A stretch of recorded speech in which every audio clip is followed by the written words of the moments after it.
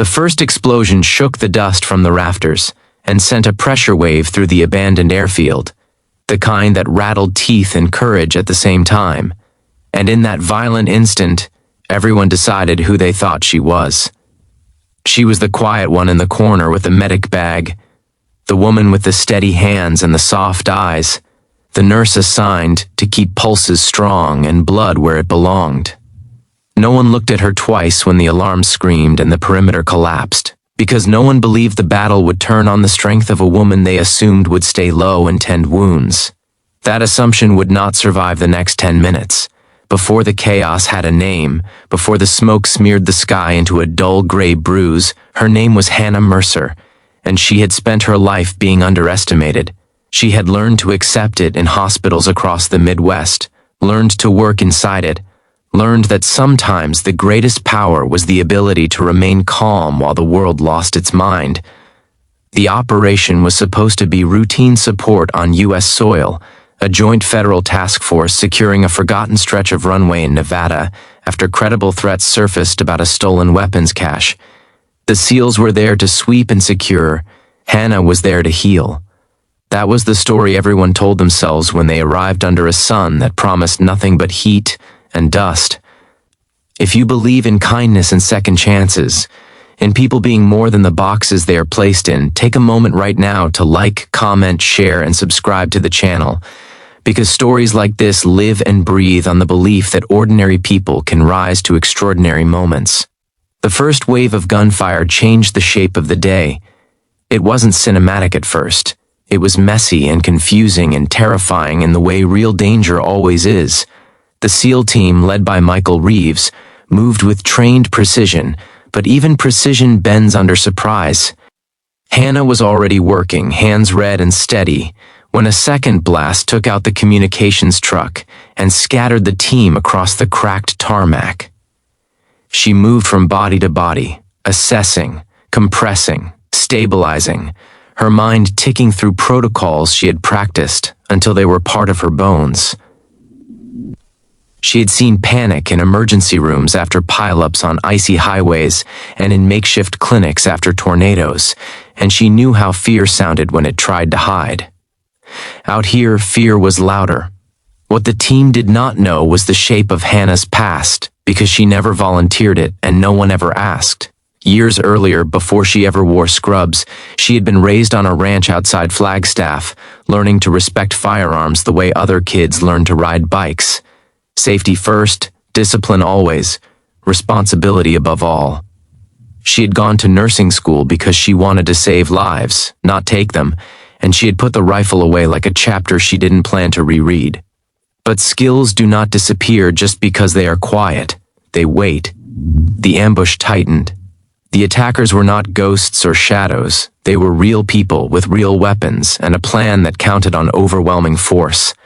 A SEAL named Aaron Collins went down near the hangar doors, and Hannah reached him through a storm of debris, her body moving before her thoughts caught up. She did what she always did. She stopped the bleeding. She kept him breathing. She whispered reassurance even as the ground shook, because calm was a medicine too. Around her, the team fought to hold a line that kept slipping backward. The moment that changed everything was not loud. It was a pause, a lull in the noise when Hannah looked up and saw a gap no one else could reach in time. The rifle lay where it had been dropped, clean and heavy and waiting. She weighed the world in a heartbeat. The choice was not about anger or heroics. It was about math and mercy, about buying seconds so that the wounded could live. She took the rifle the way she took everything else that day, with respect and purpose. She did not transform into someone else. She did not become a symbol or a myth. She became more fully herself. Her breathing slowed, her focus narrowed. She positioned herself where the light favored her and the shadows did not. Each movement was deliberate. Each shot was a promise kept to the people bleeding behind her. The SEALs noticed because the pressure eased, because the line stopped slipping, because someone had turned the tide without asking for permission.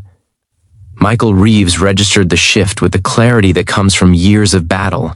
He saw the angles covered, the attackers forced to reconsider, the precious seconds stacking up like coins. He did not shout orders at Hannah. He did not need to. The team adapted around her, trust forming not from words but from results. Hannah did not chase. She held. She guarded the wounded the way she always had, only now the tools were louder. Time stretched and compressed in strange ways. Sirens arrived in the distance, then closer, then all at once. The attackers scattered. The airfield returned to itself in fragments, smoke thinning, dust settling, the sun reclaiming the sky. Hannah set the rifle down with the same care she used to set a patient's arm in a sling. Her hands trembled then, the adrenaline finally finding a place to land. She went back to her knees, back to pulses and bandages, back to being a nurse, because that was still who she was. Afterward, in the quiet that always feels unreal after survival, the team gathered in the shade of the hangar. They were bruised and shaken and alive. Michael looked at Hannah with a respect that did not need a speech. He understood what it meant to carry two callings at once, and to choose the one that saved the most lives in a moment that did not care about labels. The reports would be written. Commendations would be discussed. Hannah would deflect praise the way she always did, uncomfortable with spotlights, more interested in whether Aaron would walk again, whether everyone would make it home. In the weeks that followed, the story traveled faster than she did. Headlines flattened it into something neat, but the truth was messier and better. Hannah returned to her hospital in Colorado, back to night shifts and coffee gone cold, back to rooms where fear whispered instead of screamed. She carried the desert with her sometimes, in the way she paused before turning a corner, in the way she breathed before a hard procedure. Patients noticed the calm. They always did. One afternoon, a package arrived at the nurse's station with no return address. Inside was a simple patch and a note that said thank you without saying much at all. Hannah tucked it into her locker and went back to work. Saving lives did not end when the cameras did.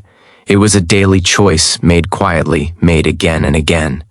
If this story reached you, if it stirred something about courage hiding in plain sight and the strength that comes from compassion, please take a moment now to like, comment, share, and subscribe. Your engagement keeps stories like Hannah's alive and reminds the world that heroes do not always look the way we expect.